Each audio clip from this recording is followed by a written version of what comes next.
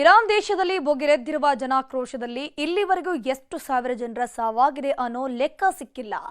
ಒಬ್ರು 2,000 ಅಂದ್ರೆ ಇನ್ನೊಬ್ರು 12,000 ಜನ ಬಲಿಯಾಗಿದ್ದಾರೆ ಅಂತಿದ್ದಾರೆ.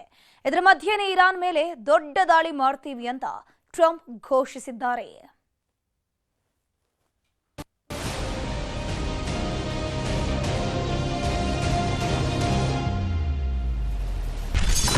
ಇರಾನ್ ಮೇಲೆ ಅಮೆರಿಕ ದಾಳಿ ಬಹುತೇಕ ಫಿಕ್ಸ್. ಡಿಸೆಂಬರ್ 28ರಿಂದ ಇರಾನ್ ದೇಶದಲ್ಲಿ ಅಯೋತೊಲ್ಲಾ ಖಮೇನಿ ವಿರುದ್ಧ ಜನಾಕ್ರೋಶ ಭುಗಿಲೆದ್ದಿದೆ. ಬೆಲೆ ಏರಿಕೆ, ಧರ್ಮದ ಹೆಸರಲ್ಲಿ ದಬ್ಬಾಳಿಕೆ ಆಗ್ತಿದೆ. ಅಮಾಯಕರನ್ನ ಖಮೇನಿ ಸರ್ಕಾರ ಕೊಲ್ತಿದೆ ಅಂತ ಬೀದಿ ಬೀದಿಯಲ್ಲೂ ಜನ ಬೆಂಕಿ ಹಚ್ಚುತ್ತಿದ್ದಾರೆ. ಇನ್ನೊಂದು ಕಡೆ ಪ್ರತಿಭಟನಾಕಾರರನ್ನ ದೇವರ ವಿರೋಧಿಗಳು ಅಂತ ಕರೆದಿರುವ ಖಮೇನಿ ಸರ್ಕಾರ ಹೋರಾಟಕ್ಕಿಳಿದವರನ್ನ ಕೊಲ್ಲೋ ಕೆಲಸಕ್ಕೂ ಕೈ ಹಾಕಿದ್ಯಂತೆ. ಜನರನ್ನ ಕೊಲ್ಲುತ್ತಿರುವ ಖಮೇನಿ ಆಡಳಿತವನ್ನ ಮಟ್ಟಹಾಕಲು ಅಮೆರಿಕ ದೊಡ್ಡ ಮಟ್ಟದ ದಾಳಿಗೆ ಸನ್ನದ್ಧವಾಗಿದೆ. ಇರಾನ್ ಮೇಲೆ ದೊಡ್ಡ ದಾಳಿಯನ್ನೇ ಮಾಡೋ ಎಚ್ಚರಿಕೆಯನ್ನ ಅಮೆರಿಕ ಅಧ್ಯಕ್ಷ ಡೊನಾಲ್ಡ್ ಟ್ರಂಪ್ ಬಹಿರಂಗವಾಗೇ ಕೊಟ್ಟಿದ್ದಾರೆ.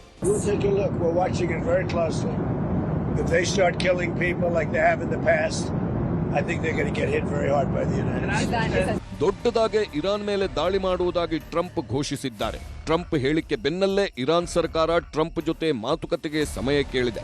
ಆದರೆ ಟ್ರಂಪ್ ಇರಾನ್ ಸಂಧಾನ ಸಭೆಗೆ ಕ್ಯಾರೆ ಅಂದಿಲ್ಲ. ಇದಕ್ಕೆ ಕಾರಣ ಇರಾನ್ನಲ್ಲಿ ಕಳೆದ 2 ವರ್ಷಗಳಲ್ಲಿ 70,000ಕ್ಕೂ ಹೆಚ್ಚು ಜನರನ್ನ ಕೊಲೆ ಮಾಡಿದೆ ಅನ್ನೋದು ಟ್ರಂಪ್ ನೇರ ಆರೋಪ. You had October 7th, which was a horrible day, 1,200 people killed. Hamas has lost 58,000 people.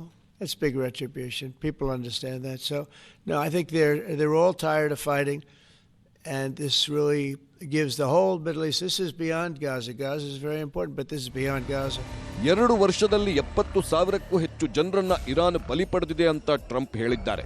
ಇನ್ನೊಂದು ಕಡೆ ಇರಾನ್ನಲ್ಲಿ ಕಳೆದ 2 ವಾರದಲ್ಲಿ 12,000 ಜನರನ್ನ ಬಲಿ ಪಡೆಯಲಾಗಿದೆ ಅನ್ನೋದು ಪ್ರತಿಪಕ್ಷಗಳ ಆರೋಪ.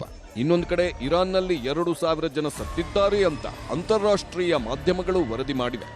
ಆದರೆ ಖಮೇನಿ ಸರ್ಕಾರ 600 ಜನರ ಸಾವಾಗಿದೆ ಅಂತ ಅಧಿಕೃತವಾಗಿ ಸ್ಪಷ್ಟನೆ ನೀಡಿದೆ.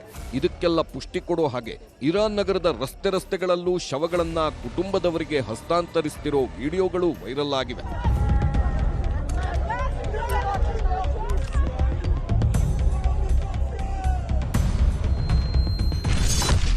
ದಾಳಿ ಎಚ್ಚರಿಕೆ ಬೆನ್ನಲ್ಲೇ ಅಮೆರಿಕ ವಾರ್ನ್.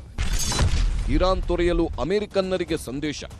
ಇರಾನ್ ವಿರುದ್ಧ ದಾಳಿ ಮಾಡುವ ಎಚ್ಚರಿಕೆ ಕೊಟ್ಟಿರುವ ಅಮೆರಿಕ ಇರಾನ್ನಲ್ಲಿರುವ ತನ್ನ ದೇಶದ ನಾಗರಿಕರಿಗೂ ಇರಾನ್ ತೊರೆಯುವಂತೆ ಸೂಚನೆ ನೀಡಿದೆ. ಅಮೆರಿಕ ಪ್ರಜೆಗಳೆಂದು ತೋರಿಸಿಕೊಳ್ಳದೆ ಸುರಕ್ಷಿತವಾಗಿ ಹೊರಡಿ, ಇರಾನ್ನಿಂದ ಹೊರಡಲು ಆಗದಿದ್ದರೆ ಸುರಕ್ಷಿತ ಸ್ಥಳಗಳಿಗೆ ಹೊರಡಿ, ಅಗತ್ಯ ಸಾಮಗ್ರಿಗಳನ್ನು ಇಟ್ಟುಕೊಳ್ಳಿ ಅಂತಾನೂ ಪ್ರಕಟಣೆ ಹೊರಡಿಸಿದೆ. I think one thing President Trump is very good at is always keeping all of his options on the table, and airstrikes would be one of the many options that are on the table for the commander-in-chief. ಇರಾನ್ನಲ್ಲಿ ಭುಗಿಲೆದ್ದಿರುವ ಜನಾಕ್ರೋಶ ಒಂದು ಕಡೆ, ಪ್ರತಿಭಟನೆ ಹತ್ತಿಕ್ಕಲು Iran ಸೇನಾಪಡೆ ನಡೆಸುತ್ತಿರುವ ದಾಳಿ ಮತ್ತೊಂದು ಕಡೆ, ನಾಗರಿಕರ ಹತ್ಯೆಗೆ ಪ್ರತೀಕಾರ ತೀರಿಸಿಕೊಳ್ತೀವಿ ಅಂತ ಅಮೆರಿಕ ದಾಳಿಗೆ ಸಜ್ಜಾಗ್ತಿರೋದು ಇನ್ನೊಂದು ಕಡೆ. ಒಟ್ನಲ್ಲಿ ಯುದ್ಧ ಮಾಡಲ್ಲ ಅಂತಾನೆ ಟ್ರಂಪ್ ದಾಳಿಗೆ ರೆಡಿಯಾಗಿರೋದು 3ನೇ ಮಹಾಯುದ್ಧಕ್ಕೆ ಇದು ಮುನ್ನುಡಿನ ಅನ್ನೋ ಆತಂಕ ಮನೆ ಮಾಡಿದೆ. Bureau report, news 18. ಇವಿಷ್ಟು ನಮಸ್ತೆ ಕರ್ನಾಟಕದ ಪ್ರಮುಖ ಸುದ್ದಿಗಳು. ನೋಡ್ತಾ ಇರಿ ನ್ಯೂಸ್ 18 ಕನ್ನಡ. ಜಾಲ ನಮ್ಮದು, ಬಲ ನಿಮ್ಮದು.